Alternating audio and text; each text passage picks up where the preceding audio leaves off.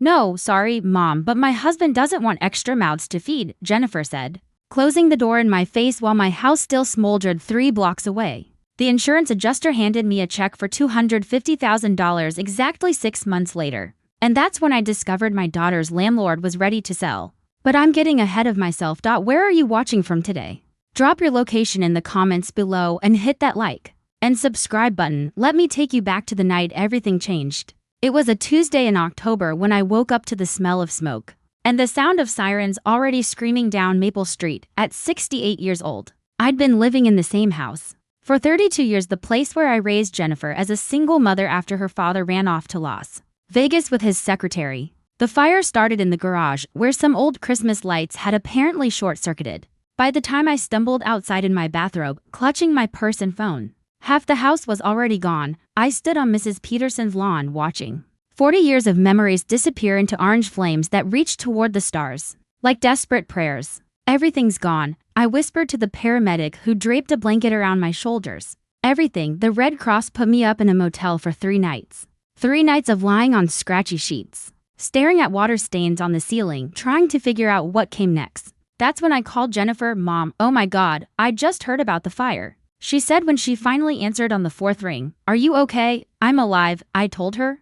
But the house is a total loss. The insurance will eventually pay out, but that could take months. I was wondering if I could stay with you and David just until I figure things out. Maybe a week or 2 at most. The silence stretched so long I thought the call had dropped. When she finally spoke again, her voice had that careful tone she used whenever she was about to disappoint me. Mom, that's really complicated right now. David's been under a lot of stress at work. And we've got the kids' schedules, and honestly, our guest room is being used for his home office. I should have seen it coming. Jennifer had always been good at finding reasons why things wouldn't work out. Why she couldn't visit for Christmas, why the grandkids couldn't spend the weekend, why family dinners had to be postponed indefinitely. I understand, I said quietly. It's fine, sweetheart, I'll figure something out.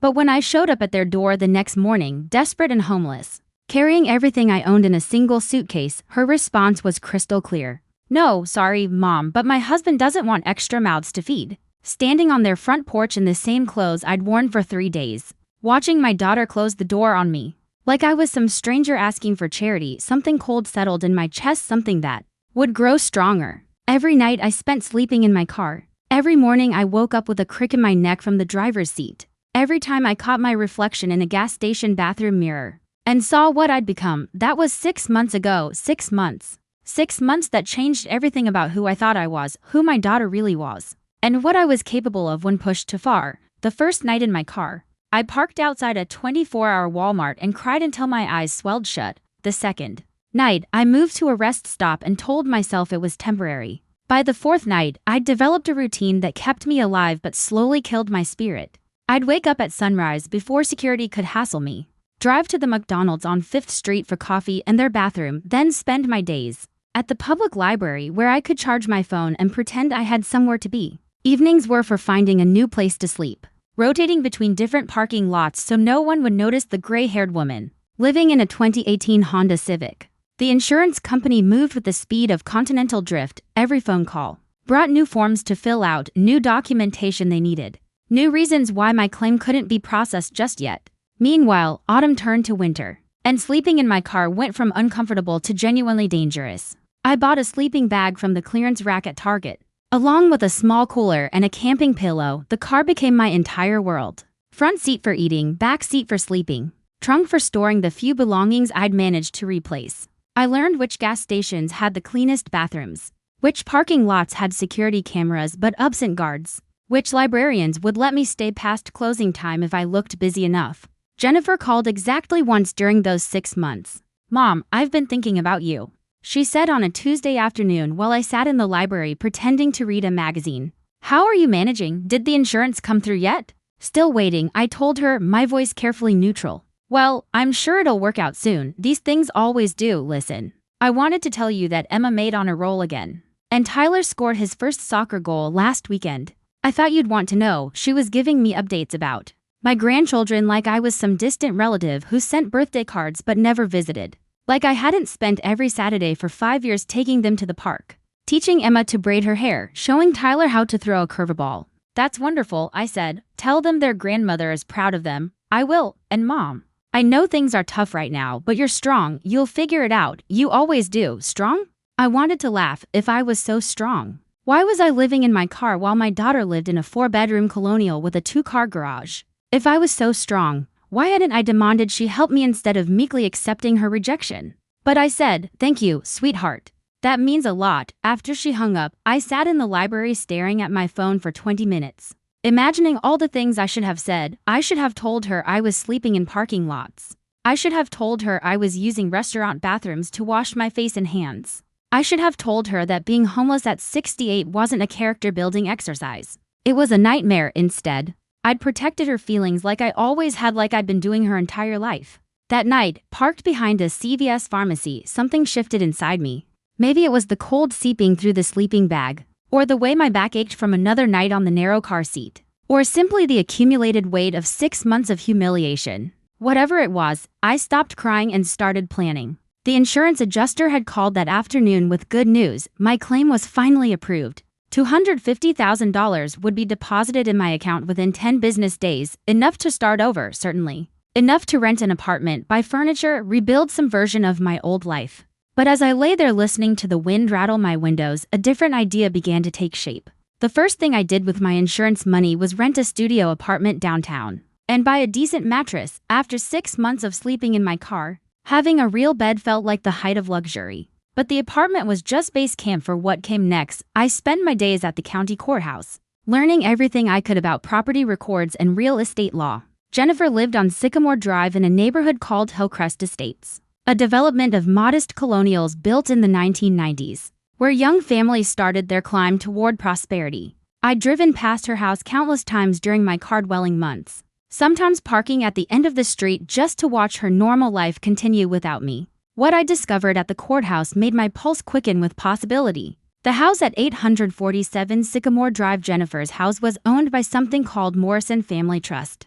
A little more digging revealed that Morrison Family Trust was managed by one person, Harold Mariso, and age 74, recently moved to an assisted living facility in Phoenix. His daughter had been handling his affairs since he'd been diagnosed with dementia 6 months earlier. I made some calls. Harold's daughter lived in California and wanted nothing to do with managing rental properties. From 2,000 miles away, she was eager to sell her father's entire real estate portfolio and simplify her life. It's such a headache, she told me over the phone.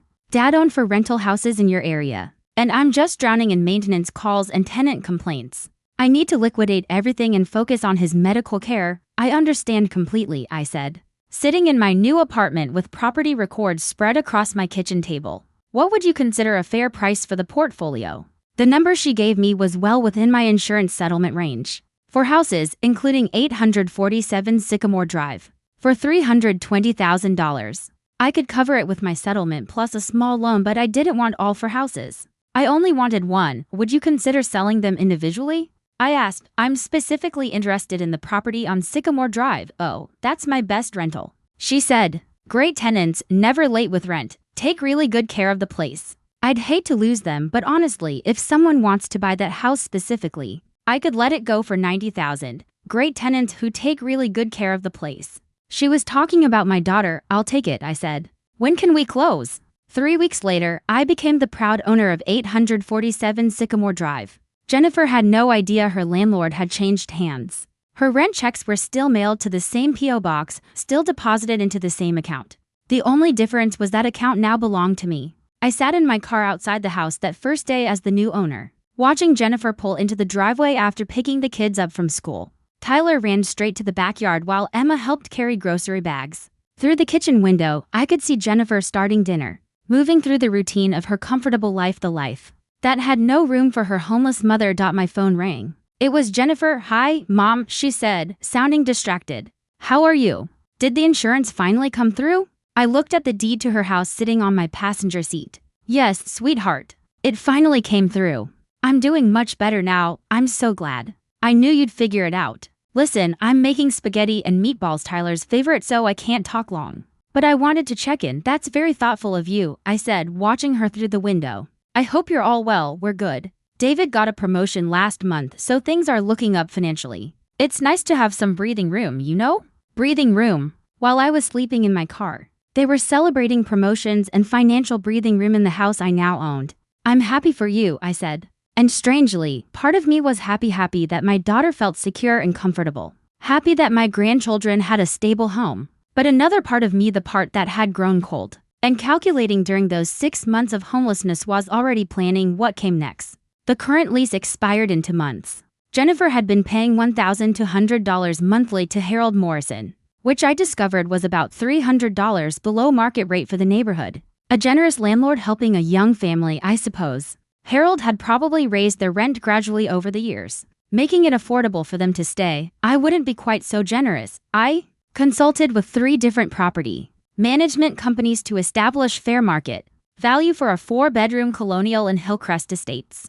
The consensus was clear: $3,600 per month was not only reasonable, but slightly conservative given recent improvements to the neighborhood. That gave me 2 options when Jennifer's lease expired. I could offer to renew at market rate, or I could choose not to renew at all and find new tenants. Both options felt like justice after 6 months of sleeping in parking lots. But I wanted Jennifer to have a choice. The same choice she'd given me when I needed help. The letter arrived on official letterhead from Morrison Property Management, the company I'd hired to handle tenant communications. Professional, businesslike, completely impersonal. Dear Ms. Hamilton, we hope this letter finds you well. We are writing to inform you that the property at 847 Sycamore Drive has recently been transferred to new ownership. All lease terms and conditions remain in effect until the current lease expires on March 31st. We would like to offer you the opportunity to renew your lease for another 12-month term. However, please be aware that a recent market analysis has determined that the rental rate will need to be adjusted to reflect current fair market value. The new monthly rent will be $3,600 beginning April 1st. This represents a significant increase from your current rate, and we understand this may impact your housing decisions. Please inform us of your intention to renew or vacate by March 1st if you choose to renew. The new lease agreement and first month's rent will be due by March 15th. Sincerely, Morrison Property Management. Hand-delivered the letter myself, driving to Sycamore Drive on a Wednesday afternoon when I knew Jennifer would be home. I slipped it into their mailbox and drove around the corner to wait. My phone rang 18 minutes later. Mom, you will not believe what just happened, Jennifer said, her voice tight with stress. Our landlord sold the house and the new owner wants to triple our rent.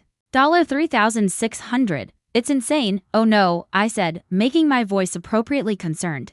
That's terrible, sweetheart. What are you going to do? I have no idea. David's already crunching numbers, but there's no way we can afford $3,600 a month. We're barely managing $1,200. This is going to force us to move, find a cheaper place. Probably in a worse neighborhood with worse schools for the kids. I made sympathetic noises while privately noting that $3,600 wasn't quite triple their current rent. But I understood why it felt that way. When you're struggling financially, any increase feels devastating. Have you tried talking to the new owner? I asked. Maybe they'd be willing to negotiate. We don't even know who the new owner is. Everything goes through this management company now. David called them today and they basically said, the rent increase is non-negotiable. Take it or leave it. I'm sorry this is happening to your family, I said. And I was sorry. Sorry it had to happen this way. Sorry Jennifer was stressed. Sorry my grandchildren might have to change schools. But not sorry enough to change my mind. Mom, can I ask you something? Jennifer said suddenly. You said the insurance money came through. How much did you get? The question caught me off guard. In 6 months of homelessness, she'd never asked about my finances, never offered to help, never even expressed curiosity about how I was surviving. Now, facing her own financial crisis, she wanted to know what resources I had. Enough to get back on my feet, I said carefully, because if you have extra, maybe you could help us with a down payment on a house. I know it's a lot to ask, but we're family and this rent situation is impossible. I sat in my car, staring at the house I now owned, listening to my daughter ask for money she'd never offered to me when I was sleeping in parking lots. The irony was so perfect it took my breath away. I'll think about it, I said finally. Let me see what my situation is and get back to you. Thank you, Mom. I knew I could count on you. After she hung up, I drove home to my little studio apartment and opened a bottle of wine. Tomorrow I would call Jennifer back with my answer. Tonight, I would enjoy the sweet taste of having the power to say yes or no. Jennifer called me 3 times the next day before I finally answered. Each voicemail was more desperate than the last. Mom, it's me. Call me back when you get this. I've been thinking about our conversation yesterday. Mom, please call me. David and I stayed up all night talking about this rent situation. We really need to discuss options. Mom, where are you? I drove by that address you gave me, but the manager said you're not in the system. Are you okay? Please call me back. She'd driven to my apartment complex looking for me. For the first time in 6 months, Jennifer was actively worried about my welfare. It would have been touching if the timing hadn't been so revealing. I called her back from a coffee shop downtown, my voice carefully neutral. Hi, sweetheart. I got your messages. Is everything okay? Mom, thank God. I was starting to panic. Where are you living? I went to Riverside Apartments on Oak Street. But they said they don't have any tenant named Barbara Walsh. I'd given her a fake address when she asked where I was staying. After 6 months of careful independence, I wasn't ready to let her back into my life just because she needed something from me. I'm staying with a friend temporarily while I look for the right place, I lied smoothly. You know how it is. I want to find something perfect, not just settle for the first available apartment, okay? But Mom, about what we discussed yesterday, the down payment, yes, I said. I've been thinking about that, and I could hear the hope in her voice. The desperate edge of someone drowning and suddenly seeing a life preserver. I remembered that feeling intimately from my own experience 6 months earlier. I'm willing to help. I said. I heard her sharp intake of breath. Oh, Mom, thank you. You don't know what this means to us. We've already started looking at houses. And there are some really nice places in Brookfield for around $200,000. If you could help with $20,000 or $30,000 for the down payment. I have conditions. I interrupted. The line went quiet. What kind of conditions? First, I want to meet with you and David together to discuss this properly. No more phone conversations. If I'm going to invest in your family's future, I want to see the commitment from both of you.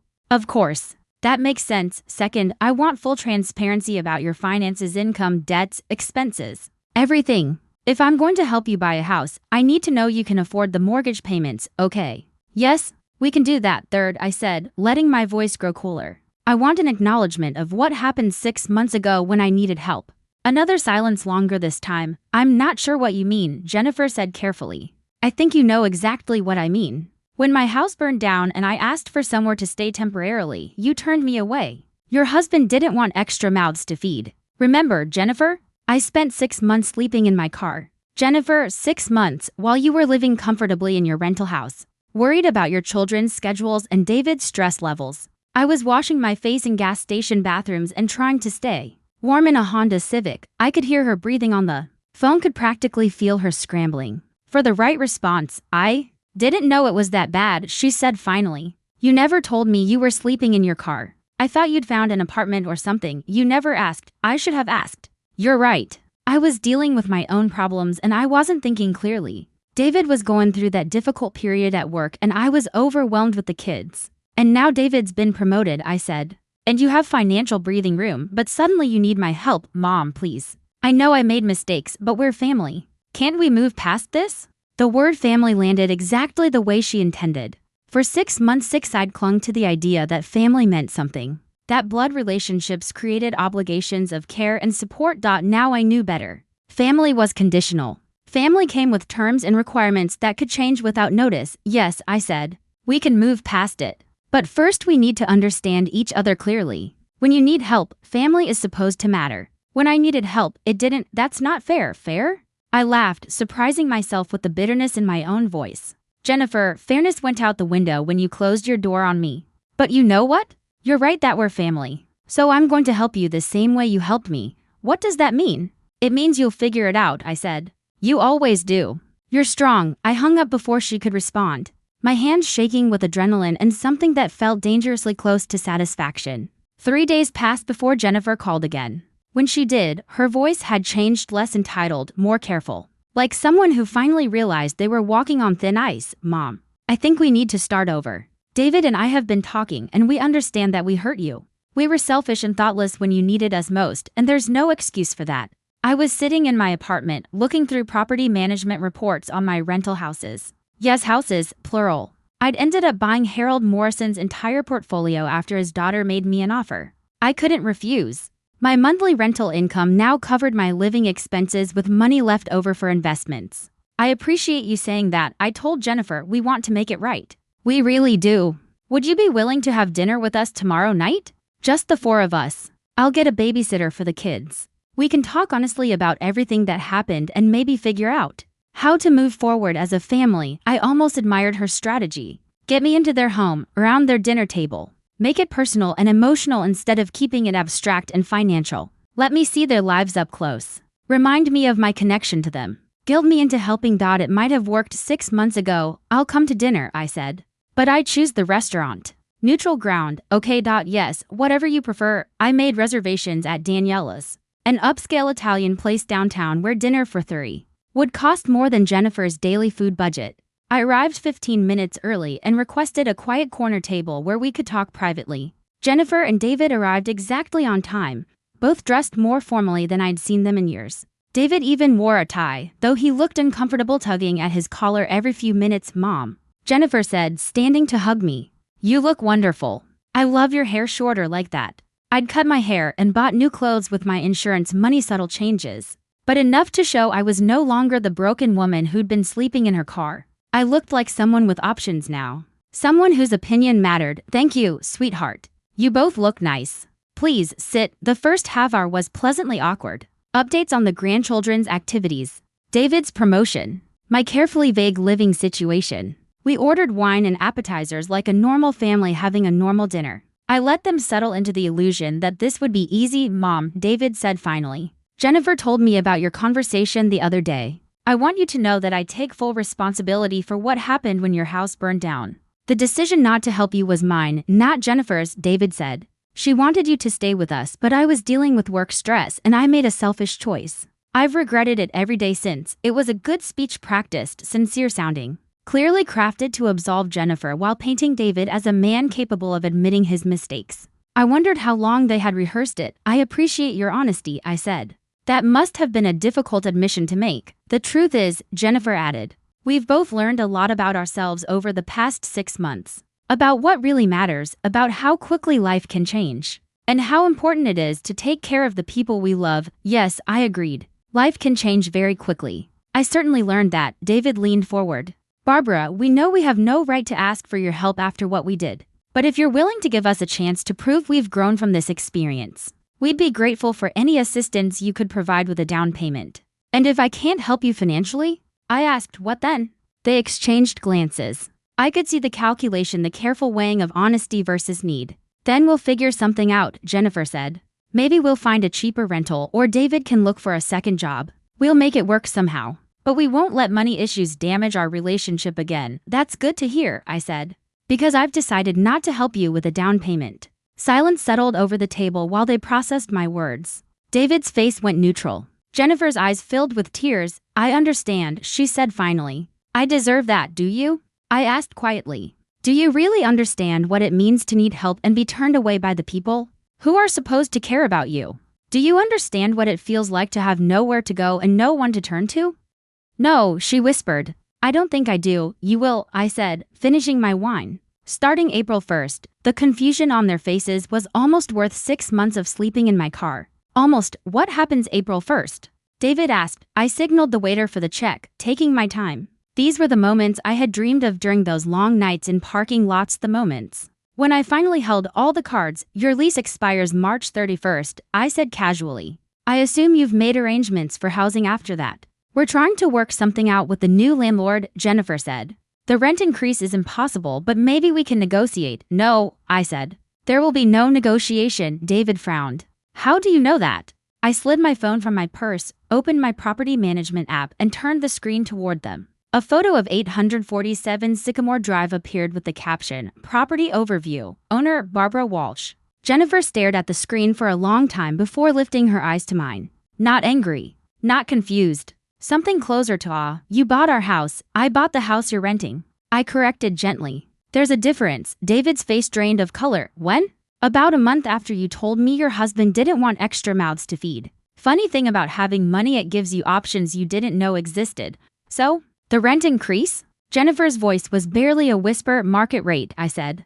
$3,600 a month is actually quite reasonable for a 4-bedroom colonial in your neighborhood. I had 3 different property management companies verify it. The waiter brought the check. I paid in cash and left a generous tip. "I don't understand," David said. "If you had enough money to buy rental properties, Why didn't you just rent an apartment 6 months ago instead of asking to stay with us? Because I thought family was supposed to matter more than money, I said. I thought wrong. Jennifer was openly crying now, mascara streaking down her face. Mom, please. I know what we did was terrible, but making us homeless won't fix anything. The kids will have to change schools. We'll lose everything. You won't be homeless, I said calmly. You'll figure something out. Remember, you're strong. You always do. I stood, gathering my purse and coat. You have until March 31st to decide whether you want to pay market rate or find somewhere else to live. The choice is yours. What if we pay the $3,600? David asked, desperation creeping into his voice. Would that be enough? Would you forgive us then? I actually took a moment to consider the question. Forgiveness isn't something you can rent, David. It's something you earn through actions, not payments. You had 6 months to show me what family meant to you. This, I gestured around us, is me showing you what it means to me. You can't do this, Jennifer said suddenly, pushing her chair back and standing. This is revenge, not justice. You're punishing innocent children for their parents' mistakes. I'm not punishing anyone, I said calmly. I'm a landlord charging market rate for my property. If that feels like punishment to you, maybe you should think about why. I walked toward the restaurant exit, then paused and turned back. Oh, and Jennifer, if you decide to stay and pay the increased rent, I'll need first month, last month, and security deposit by March 15th, standard procedure for all my tenants. I left them sitting there, watching the numbers spin in their minds. $10,000 to $12,000 upfront to stay, plus $3,600 every month after. Even with David's promotion, it would be impossible. Driving back to my apartment, I felt something I hadn't felt in months, complete control. For half a year, I'd been at the mercy of other people's decisions: insurance agents, motel clerks, restaurant managers who decided whether I could use their restroom. Now I was making decisions. Now they were at my mercy, and I was discovering I didn't have much. The rental market in our area was brutal, especially for families with kids and pets, trying to find something affordable on short notice. I knew this because I'd been tracking listings for months as part of my real estate strategy. Jennifer and David would find places. Yes, but not good ones. A rundown duplex on the wrong side of town where sirens screamed all night.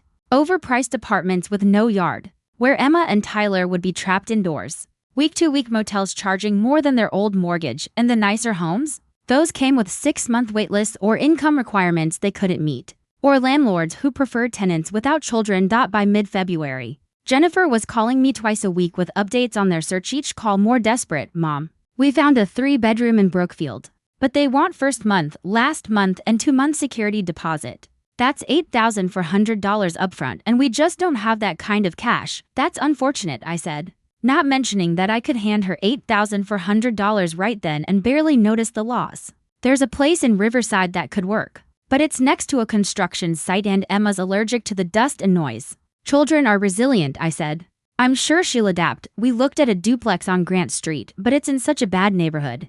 I don't feel safe letting the kids walk to school there. Perhaps you could drive them. Every call followed the same script, Jennifer describing a crisis, me giving polite but useless solutions. Neither of us stating aloud the truth we both knew. With one single phone call, I could fix everything: authorize a rent reduction, keep them at their old rate, even waive their deposit. But I did in single quotes d. Instead, I drove by Sycamore Drive every few days, watching the frantic changes. A for sale sign appeared, then disappeared, boxes moved onto the porch, then back inside.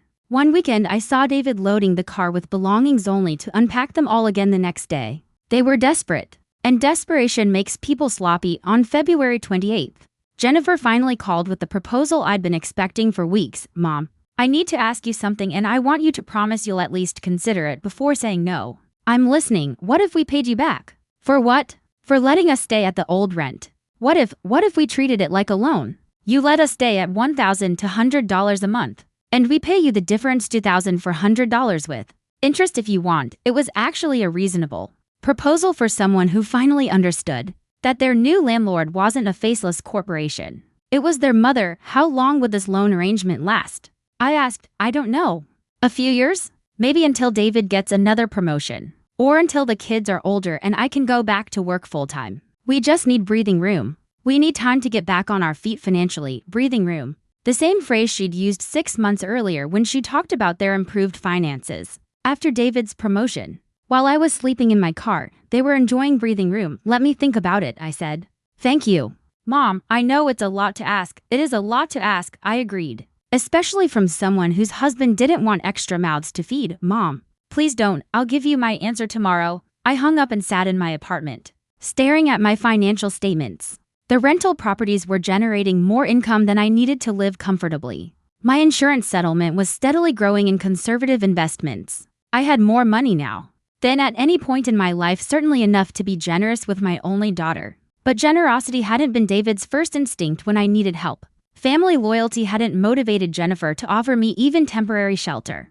They had chosen their own comfort and convenience over my welfare, and they'd done it without hesitation. Now they wanted me to choose their welfare over my own sense of justice. That night, I drafted two different responses to Jennifer's proposal. One was generous and forgiving, a yes that would repair our relationship and probably make me feel better about myself. The other was honest about my feelings and firm about my boundaries. In the morning, I would have to decide which version of myself I wanted to be. I chose honesty. Jennifer, I've thought carefully about your proposal, and my answer is no. You and David will need to find other arrangements by March 31st.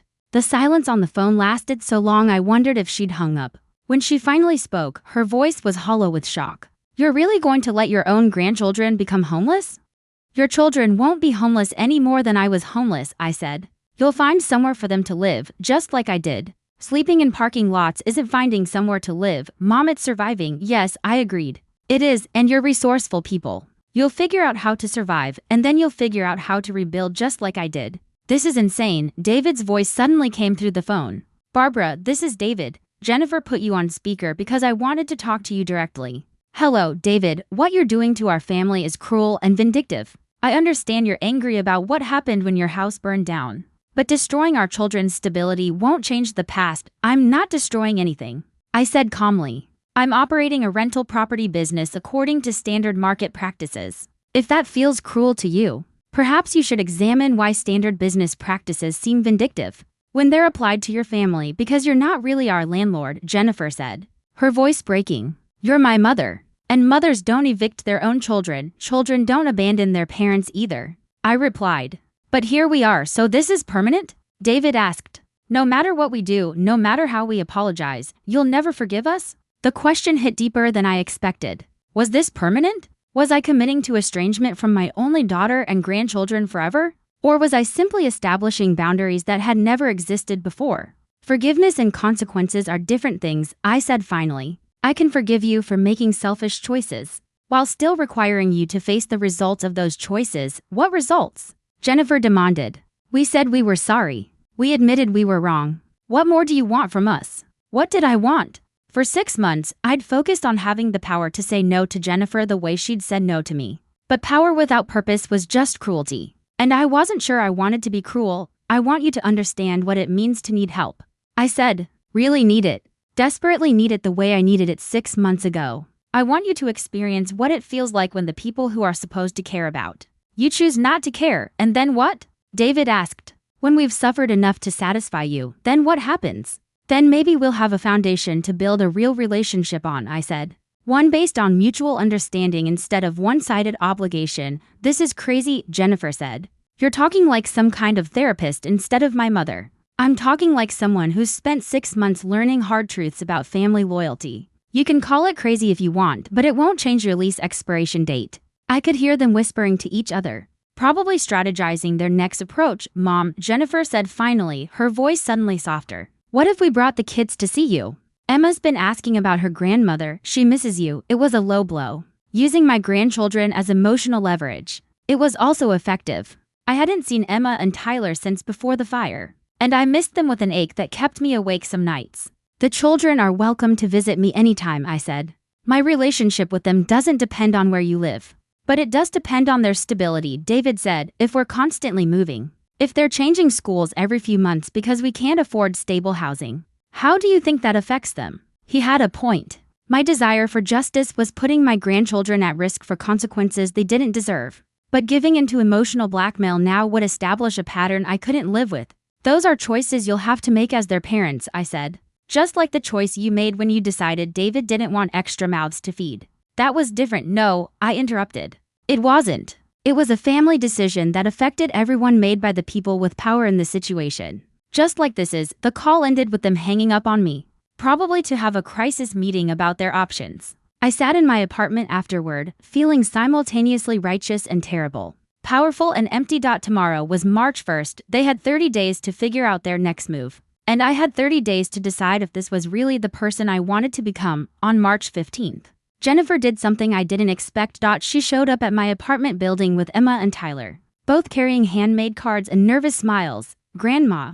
Emma ran to hug me while Tyler hung back shyly. Mommy said we could visit you at your new place. I knelt down to Emma's level, my heart breaking at how much she'd grown in 6 months. I've missed you so much, sweetheart. Both of you. Tyler eventually warmed up enough for a hug, and I spent an hour listening to their stories about school and friends, and the soccer goals Tyler had scored since I'd last seen him. Jennifer sat quietly in my small living room, letting me reconnect with my grandchildren without interference. When the kids got distracted playing games on Jennifer's phone, she finally spoke. They don't know about the housing situation yet. We didn't want to worry them until we knew for sure what was happening. That's probably wise. David found a job in Portland. His company has an office there and they're willing to transfer him. It pays about the same, but the cost of living is lower. We could afford a nice place there, good schools for the kids. Portland was 800 miles away. Far enough to start over completely. Far enough that spontaneous visits with my grandchildren would be impossible. When would you leave? I asked. Next week. The company is paying for the move and David's brother lives there, so we'd have family nearby while we get settled. I watched Tyler showing Emma something on the phone, their heads bent together in concentration. My grandchildren, who'd been a daily presence in my life for years, would become occasional voices on phone calls and faces on video screens. How do you feel about that? I asked Jennifer, relieved mostly. Portland feels like a fresh start. No more stress about rent or landlord problems. She paused. And honestly, no more guilt about what we did to you. Running away doesn't eliminate guilt, no. But it makes it easier to live with. She looked around my apartment. You've done well for yourself. This is nice, thank you. I keep wondering how things might have been different if we'd made different choices back in October. I wondered the same thing. If Jennifer had opened her door to me 6 months ago, would I have been content to remain the grateful mother dependent on my daughter's generosity and goodwill? Would I have ever discovered my own capacity for independence and financial success? Different choices create different consequences, I said, not necessarily better ones. Do you really believe that? Do you think we're all better off this way? I watched my grandchildren playing together, oblivious to the adult complexities reshaping their world, and tried to give Jennifer an honest answer. I think we're all more honest this way. 6 months ago, I believed family meant unconditional support. You believed it meant occasional obligation when convenient. Now, we both know where we actually stand. And where do we stand? We stand wherever we choose to stand, I said. Geography doesn't change that. Jennifer called Emma and Tyler over. Time to go, guys. Say goodbye to Grandma. More hugs, more promises to call and visit. More hearts breaking quietly while maintaining cheerful faces for the children's sake. At the door, Jennifer turned back. Mom, I want you to know that I understand why you did this. I don't like it and I don't think it was necessary, but I understand it. Good. Understanding is more important than liking. Will you be okay? Living alone, I mean. Will you be happy? I thought about my new life, the rental properties, the financial independence, the quiet apartment that belonged entirely to me, the freedom to make choices based on my own needs rather than other people's expectations. I'll be fine, I said. I always am. After they left, I sat in my apartment looking at the drawings Emma and Tyler had made for me, stick figures labeled Grandma and Emma and Tyler under a smiling sun, and a house with flowers in the garden. The house in the drawing looked nothing like 847 Sycamore Drive. 2 weeks later, I got a text from Jennifer with photos of their new house in Portland, a cheerful blue colonial, with a big backyard and a tire swing hanging from an old oak tree. The kids looked happy in the pictures, already making friends with neighborhood children. We're settling in well. Kids love their new school. David's job is going great. Thank you for forcing us to make this move. I think we needed it more than we realized. I stared at that message for a long time. Jennifer was thanking me for evicting her family, crediting me with pushing them toward a better life. It was either remarkable emotional maturity or skillful manipulation designed to make me feel better about my choices, probably both. One typed and deleted several responses before settling on. I'm glad you're happy. Send more pictures when you can. 6 months after my house burned down, I owned 4 rental properties, had enough money to live comfortably for the rest of my life, and had successfully taught my daughter a lesson about consequences and family loyalty. I'd also lost daily access to my grandchildren and any illusion that family relationships could survive everything. Some victories, I was learning, cost more than defeats. But as I sat in my apartment that belonged entirely to me, in a life I'd built entirely through my own choices, I couldn't bring myself to regret the fire that had started it all. Sometimes the best thing that can happen to you is discovering how strong you are when everything burns down. Thanks for listening. Don't forget to subscribe and feel free to share your story in the comments. Your voice matters.